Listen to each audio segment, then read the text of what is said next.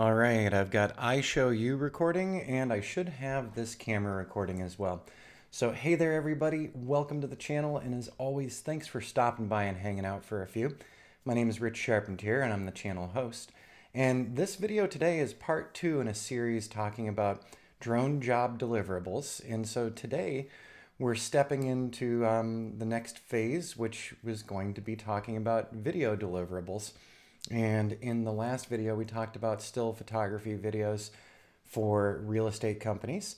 And in this one, we're going to talk about getting our video deliverables, what's required to meet the requests of our clients. And that's hardware and software. So we're going to get right into it. So looking over at my screen over here, I've got an application up here right now called Kino. And it's a video management platform that helps me get all of my videos into one place, easy enough to find and easy enough to manage. But before we start talking about that, so let's talk. In the last video, we talked about simple deliverables, so getting images to realtors, for instance. And what we need, number one, is a drone if we're doing aerial imaging. Sorry, I'm just moving the mic over here. But if we want to do aerial imaging, we're going to have some kind of drone that allows us to capture images from on high. Oftentimes, clients will just want the raw images handed to them.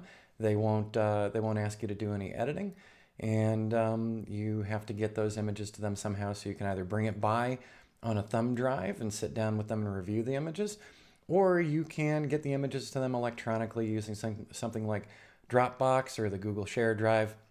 There are a ton of things out there for sharing files, so it's up to you. Now, talking about video, we're going to start getting into some more complex subjects. So what do I mean by more complex? Well, we're going to have much larger files, and now our deliverables are going to be a little different than the image deliverables, because in the end, we might wind up editing and putting together a video for the client.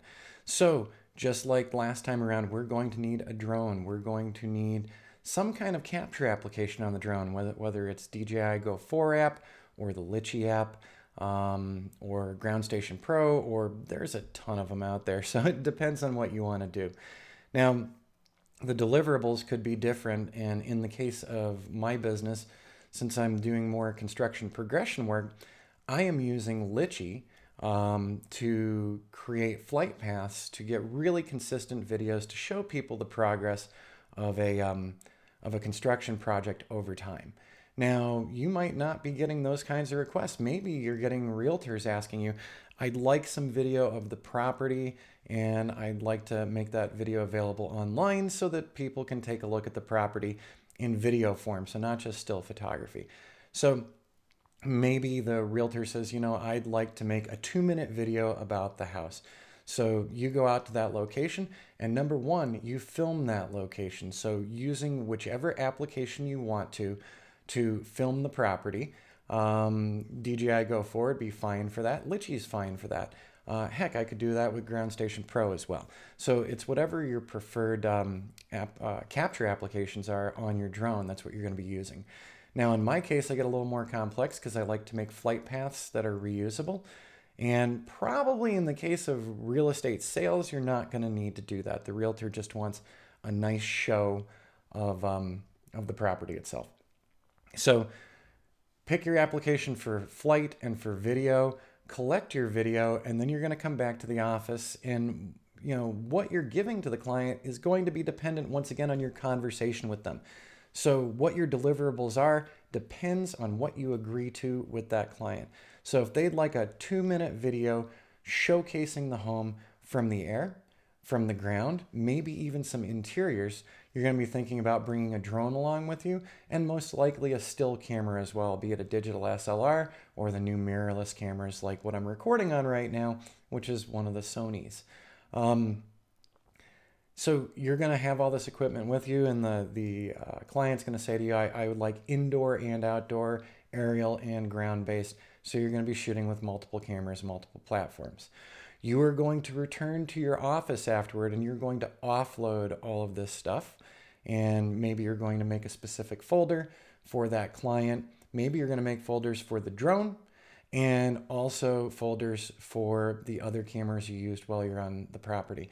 Using an application like Kino here is a fantastic way to go at it, because Kino allows me to catalog and inventory all of the video that I've shot.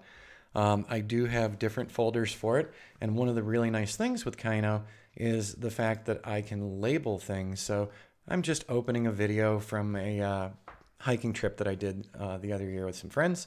And in Kino, I can actually put some metadata in here. So I've got Grand Staircase, Hackberry Canyon, Osmo Mobile 2, and Utah. So that gives you a clue to some of the things that I was labeling while I was there. And as we go through, I've got lots of videos in here. Fortunately, Kino allows us to filter on text. So let's just say we wanted only the Utah videos. Well, there we go. We've got some Utah videos. And let's see if I have some Prescott videos. I sure do. There's some construction sites. And so I was using Kino to manage some of my video for the construction sites. So very, very useful software, very reasonably priced. If you're going to start managing a lot of video, you're going to need something to manage that video with. Give Kino a shot. They do have a trial period. I actually didn't even complete their trial period. I liked it so much, I paid them before the trial was even done. So this has been helping me a lot over the past year.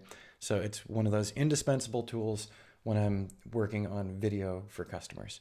So I can search on whatever keywords I put in here. Let's see, construction. And sure enough, I have some construction video. I've got some video here that we actually did. This is what's called a spec house. So this house was built on speculation by a couple of investors, and we did capture some video while we were on that location for them. Actually, we've got a lot of different videos, and in the end, we put those videos together into small 1 and 2 minute videos that the clients wanted to use for their listings where they are actually listing the homes. So we got multiple videos while we were out there, and I offloaded those videos, as you can see, to Kino. And then the next step from Kino was actually getting the videos loaded into an editing package. Hey, look, it's me on screen. What do you know? From the last video. I always hate the goofy looks that I capture myself with, but you know, what are you going to do? So what you're looking at here now is Final Cut Pro. Final Cut Pro is a video editing program for Mac OS X.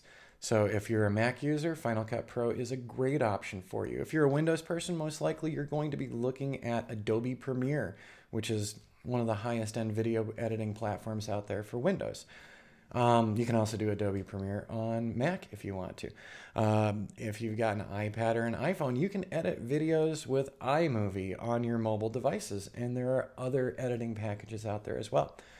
I would recommend that when you're doing video assembly for clients, that you're not doing it on the tablets or the smartphones. You can run out of space on those really fast. So there's still a place for larger computers, be it laptops or desktops. There's still a place for those in our world today, especially if you're going to be doing heavy video editing. So if you're going to be putting together a multiple clip video, I'm going to pull that Kino back up there, and let's go back to that grid view.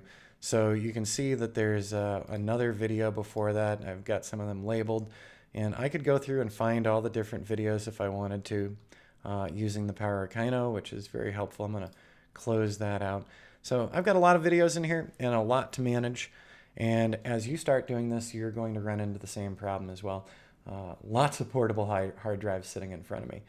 But so the basic steps, you're going to be going out, you're going to be shooting video for your customer, you're going to come back to the office, you're going to offload that video. Hopefully you've got some kind of management platform so that you can keep track of all the stuff that you've been working on for your drone business.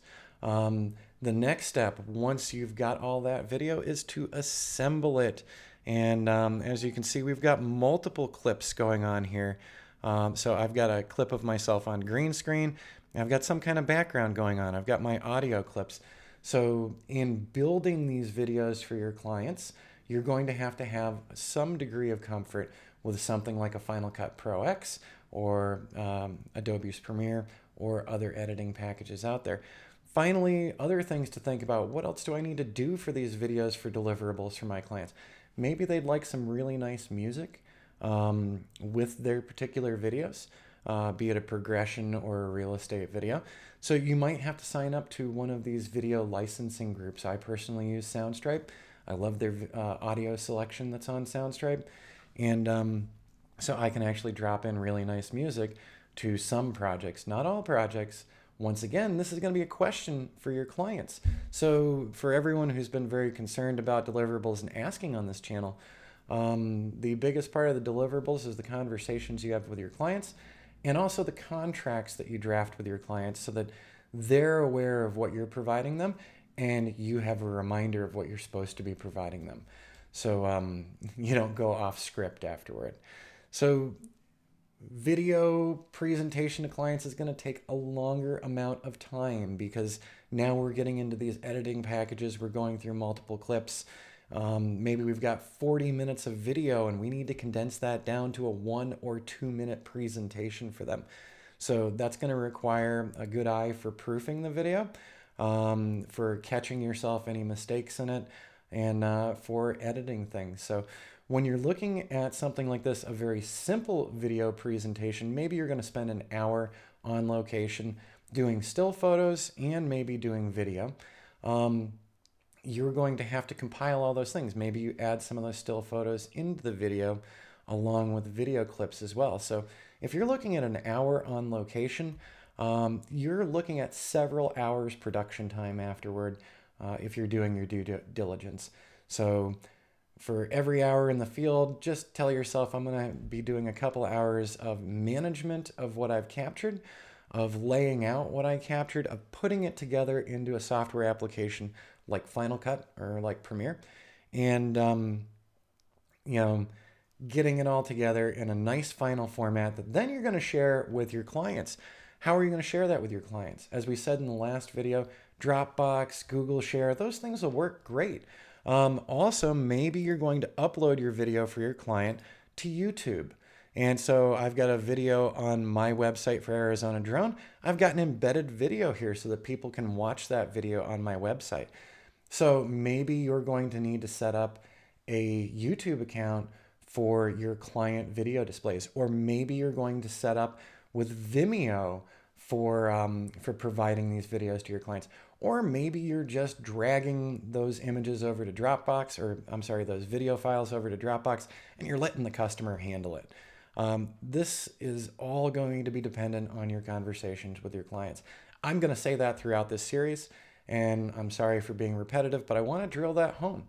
Your deliverables are based on conversations with your customers. So you need to build a relationship with your clients, and you need to have very direct conversations. If there's anything that's unclear to you at all, if there's anything that's not mentioned in the contract, things can get overlooked. So the first big part of all this before you even go out and fly is a sit-down conversation on the phone or in person with your client and delineating everything that you're going to be providing them. The best thing that you can do is if you have a face-to-face or a phone conversation is to write it all up in an email or write it up in a contract, provide that to them beforehand so that they're aware, this is what Rich is providing me. He's going to give me a 2-minute video with a mix of still photos and video clips and with some really pretty music in the background, and then links to our website for sales or whatever else. And he's also going to upload it to YouTube for us. That way we can embed our video on our website or on another website. And so you get the idea. I'm going to stop being so repetitive, sorry. But it is going to come up throughout this lecture series. Conversations are everything. So when you're thinking about video, you're thinking about your drone. You're thinking about the other cameras that are coming with you if you're also doing ground-based work. You're thinking about managing all the video in a way that expedites your process. And then you're also thinking about utilizing editing packages that might be over your head right now and maybe you need some more training on. So pick the platform that sounds best to you and start taking some classes out there from other folks, or if we start doing them here. I will recommend very highly AV Ultra on YouTube. They've got some great series on basic video editing to get you going. But so there we go. This is deliverables number 2. As we go through this lecture series, you're going to find we're referring back to the other lectures because each step in this, in our progression here, builds on the previous installments of this series. And I really do hope that this series helps you out. I'm trying to keep it extremely simple because I know there's a lot of new drone pilots out there trying to build their businesses, and they haven't thought about all of the components they're going to need to make a well-rounded service provider for customers. So we're going to be talking in basic terms over and over again. And then you can see the more in-depth videos both on my Udemy channel and here on YouTube as well. I'll be letting you know as I do each of them. All right, everybody, have a great one. Fly safe. And as always, thanks for stopping by and hanging out. It's greatly appreciated. I look forward to your comments and your questions. As I'm developing this series, I'll be incorporating what you're talking back to me about as well. Have an awesome one, and we'll see you again real soon.